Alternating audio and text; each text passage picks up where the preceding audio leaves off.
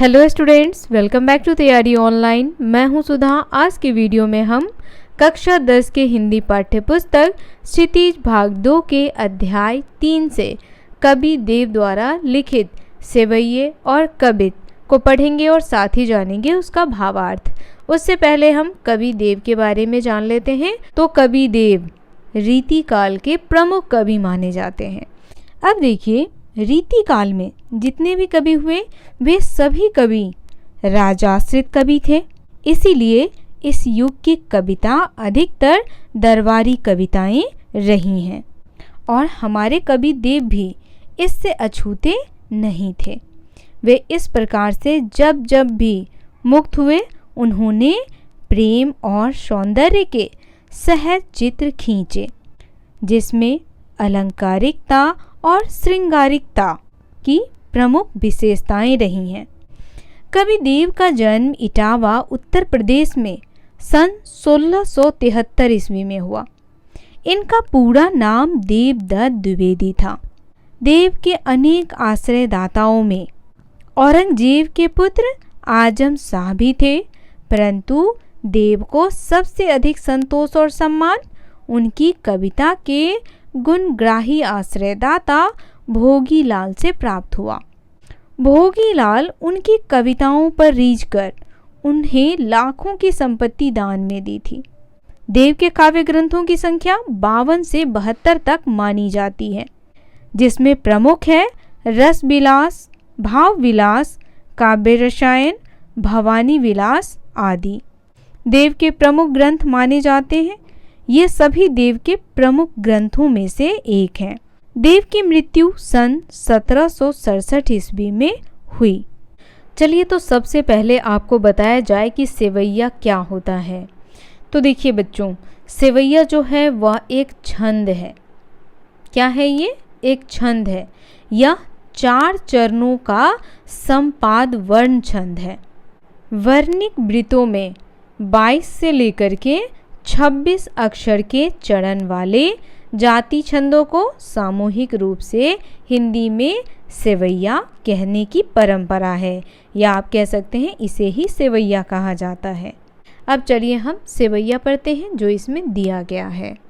तो यहाँ देखिए, पायनी नुपुर मंजू बजय, कटी किंकनी कै धुनि की मधुराई, सांवरे अंग लसै पटपीत, हिय हुलसै बनमाल सुहाई। माथे किरीट बरे दृग चंचल, मंद हसी मुख चंद जुनहाई। जय जग मंदिर दीपक सुंदर, श्री ब्रज दुल्हा देव सहाय। बच्चों, सबसे पहले हम कठिन शब्दों के अर्थ जानेंगे और साथ ही इन पंक्तियों के भाव भी समझेंगे। पायनी शब्द का अर्थ है बच्चों पैरों में। नुपुर, नुपुर शब्द का अर्थ होता है पायल। मंजू, मंजू शब्द का अर्थ है सुंदर। इसका अर्थ हो जाएगा सुंदर। बजे यानी बजना। कटी किंकनी, कटी, कटी शब्द का अर्थ होता है कमर। कटी यानी कमर। और किंकिनी, किंकिनी करघनी होता है, जो कमर में बांधने वाले एक आभूषण होते हैं उसे कहते हैं किंकिनी। तो आपको ध्यान रखना है, किंकिनी शब्द का अर्थ होता है करघनी, जिसे कमर में बांधा जाता है। कै धुनि की मधुराई, धुनि यानी कि ध्वनि, और मधुराई यानी कि जो सुनने में सुंदर लगे, उसकी आवाज़ जो है मधुर हो।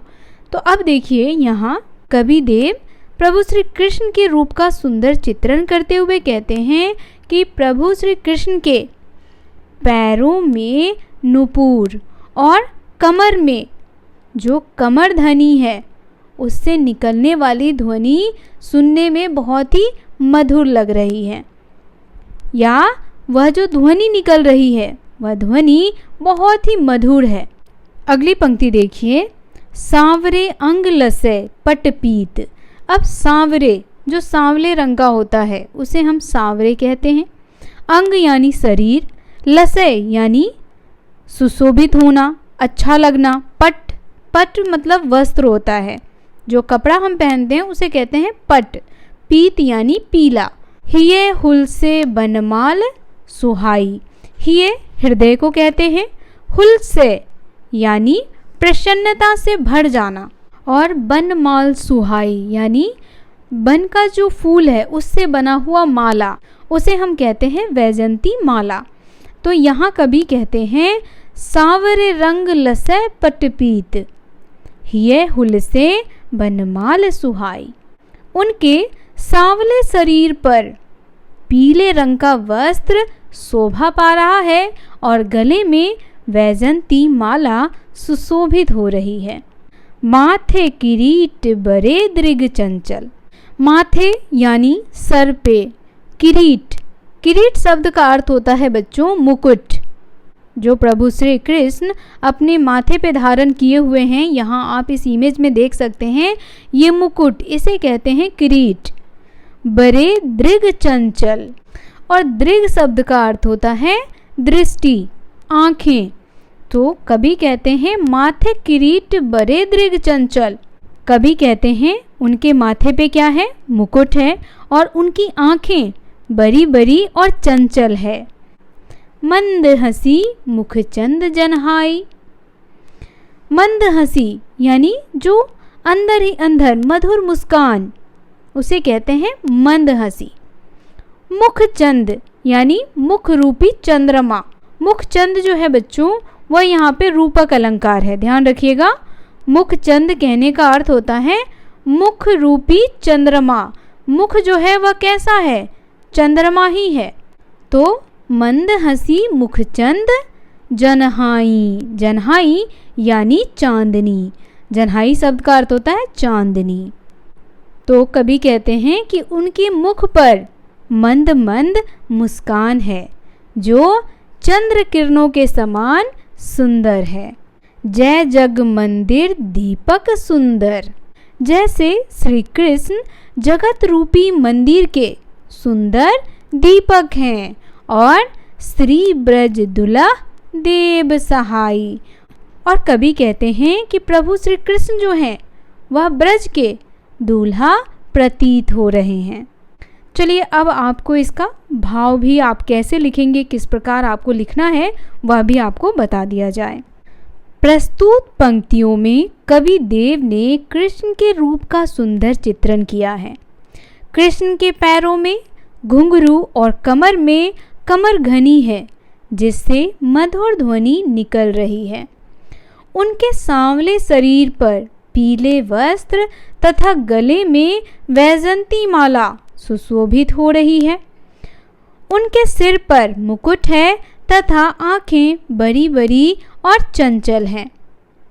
उनके मुख पर मंद मंद मुस्कुराहट है जो चंद्र किरणों के समान सुंदर है। ऐसे श्री कृष्ण जगत रूपी मंदिर के सुंदर दीपक हैं और ब्रज के दूल्हा प्रतीत हो रहे हैं। तो इस प्रकार आप इसका अर्थ लिखें। चलिए अब हम कवि देव द्वारा लिखित कवित को पढ़ते हैं। तो सबसे पहले बच्चों हम जान लेते हैं कि कवित क्या होता है।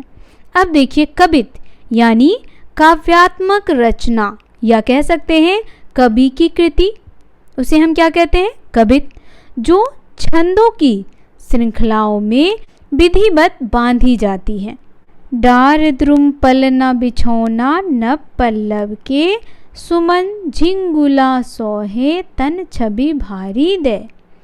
पवन झुलावे के की कीर बतावे देव, कोकिल हलावे हुलसावे करतारी दे।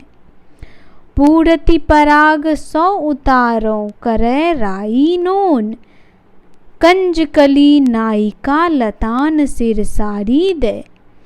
मदन महीप जूको बालक बसंत ताही, प्रातहि जगावत गुलाब चटकारी दे।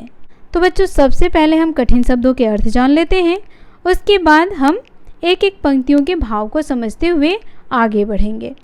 तो यहाँ देखिए, डार यानी कि डाली, और द्रुम, द्रुम शब्द का अर्थ होता है पेड़ या आप इसे वृक्ष भी कह सकते हैं। पलना बिछौना, जो छोटे बच्चों को सुलाने के लिए जो पलना होता है उस पे बिछाने वाला बिछौना। नभ पल्लव के, वह किसके हैं, नभ पल्लव के। नभ पल्लव कहने का अर्थ है यहाँ पे बच्चों पेड़ पौधों के जो नए नए कोमल कोमल पत्ते होते हैं उसे हम कहते हैं नवपल्लव। सुमन झिंगुला, झिंगुला शब्द का अर्थ होता है बच्चों झबला। तो यहाँ पे है सुमन झिंगुला यानी फूलों से बना हुआ झबला, फूलों से बना हुआ वस्त्र। सोहे तन छवि भारी दे, वह पूरे शरीर पर बहुत ही सुंदर लग रहा है। तो बच्चों यहाँ कविदेव ने बसंत का वर्णन नव शिशु के रूप में किया है।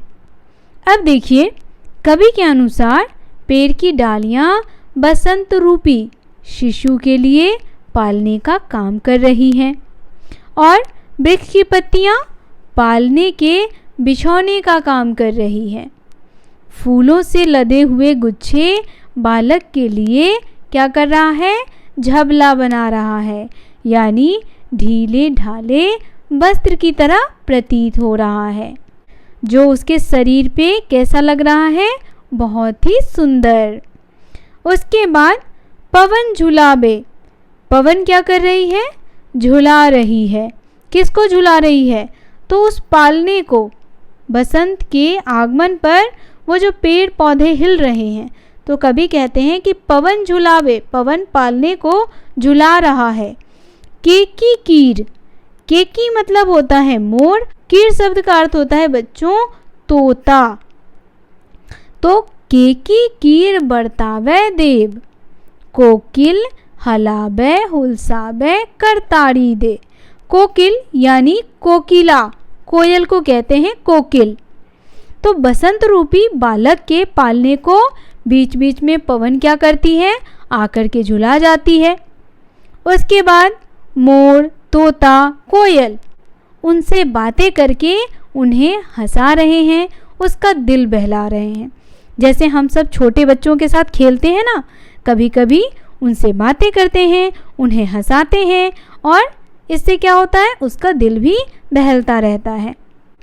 अब यहाँ देखिए कोयल क्या करती है, बसंत रूपी बालक से खूब सारी बातें करती है और करतारी यानी अपने दोनों हाथों से तालियां बजा बजा कर उसे प्रसन्न करती है। पुरित पराग सौ उतारो करे राई नोन कंजकली नायिका लतान सिर साड़ी दे।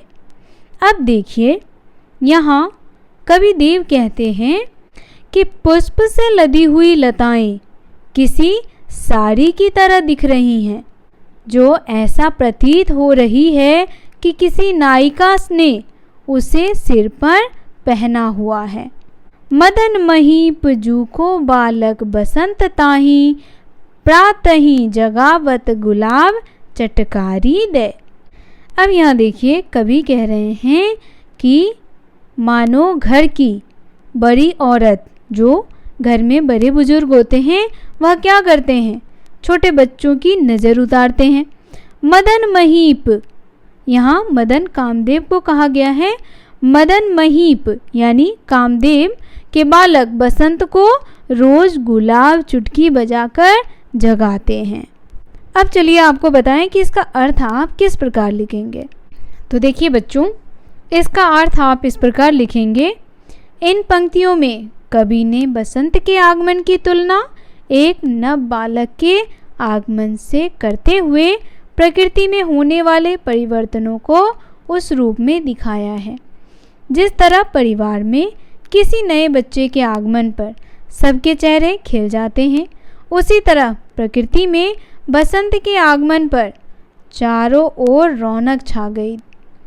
प्रकृति में चारों ओर रंग बिरंगे फूलों को खिला देकर ऐसा लगता है मानो प्रकृति राजकुमार बसंत के लिए रंग बिरंगे वस्त्र तैयार कर रही हो।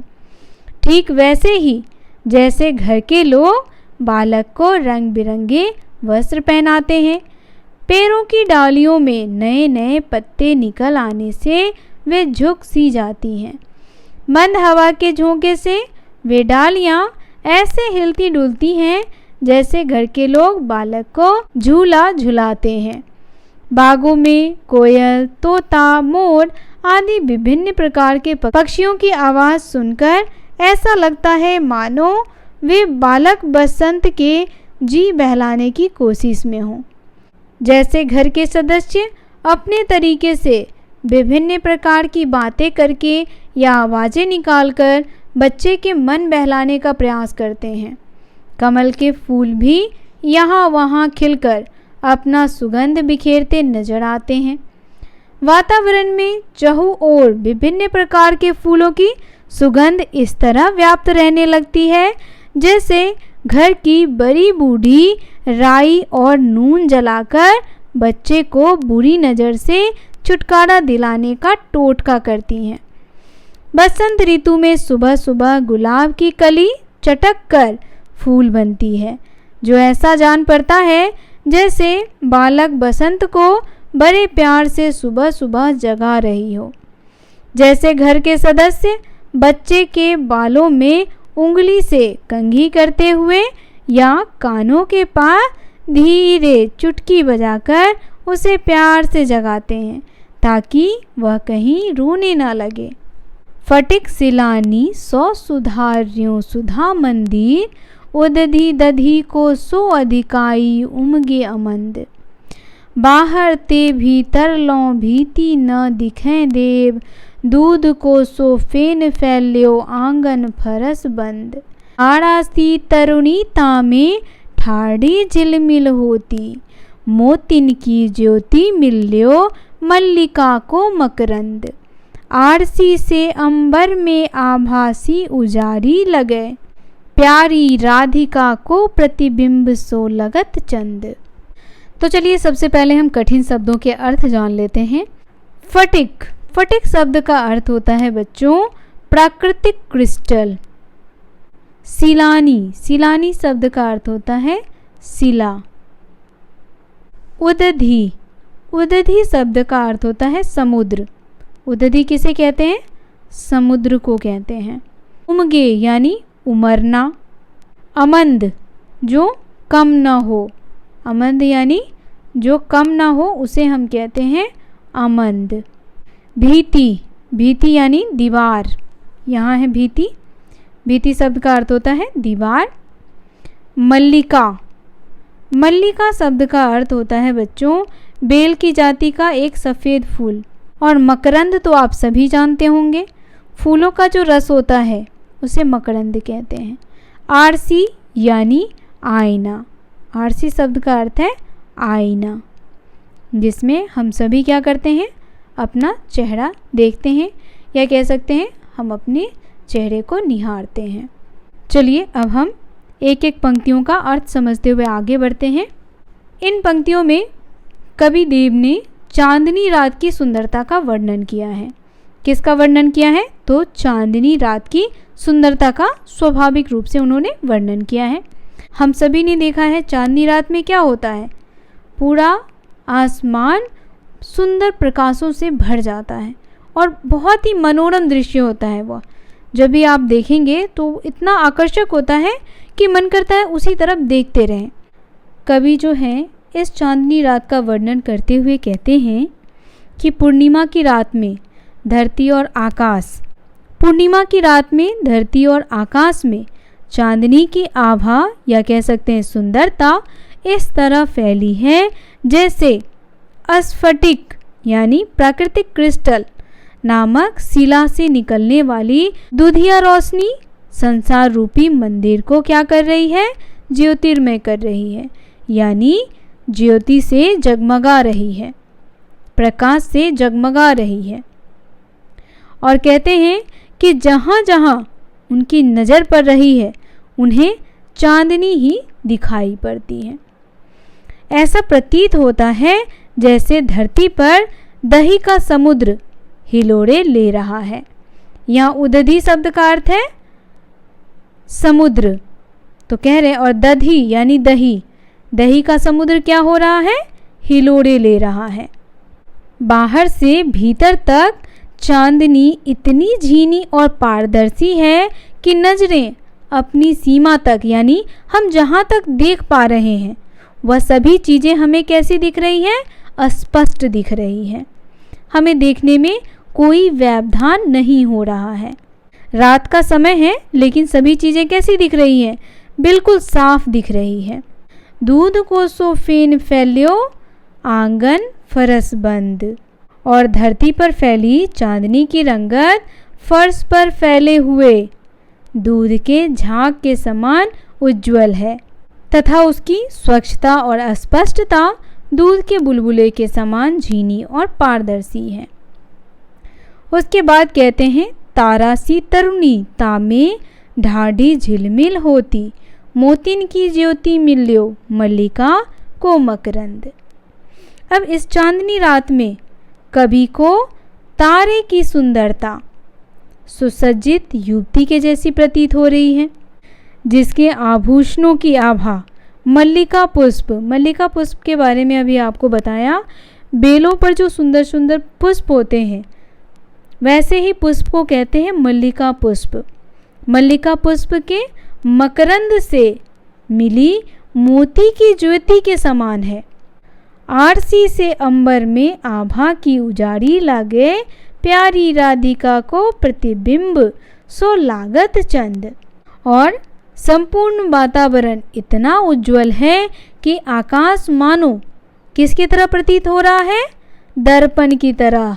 आरसी यानी आईना, आईने की तरह प्रतीत हो रहा है, जिसमें राधा का मुख चंद्र, राधा रानी का मुख चंद्र प्रतिबिंब हो रहा है यानी दिखाई दे रहा है। यहाँ कवि ने चंद्रमा की तुलना राधा के सुंदर मुख से की है। चलिए अब आपको बताएं कि इसका अर्थ आप किस प्रकार लिखेंगे। तो देखिए, अर्थ आपको इस प्रकार लिखना है। इन पंक्तियों में कवि ने पूर्णिमा की चांदनी रात में धरती और आकाश के सौंदर्य को दिखाया है।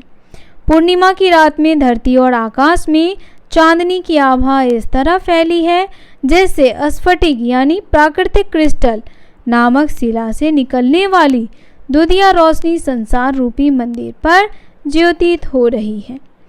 कवि की नज़र जहाँ कहीं भी पड़ती है वहाँ उन्हें चांदनी ही दिखाई पड़ती है।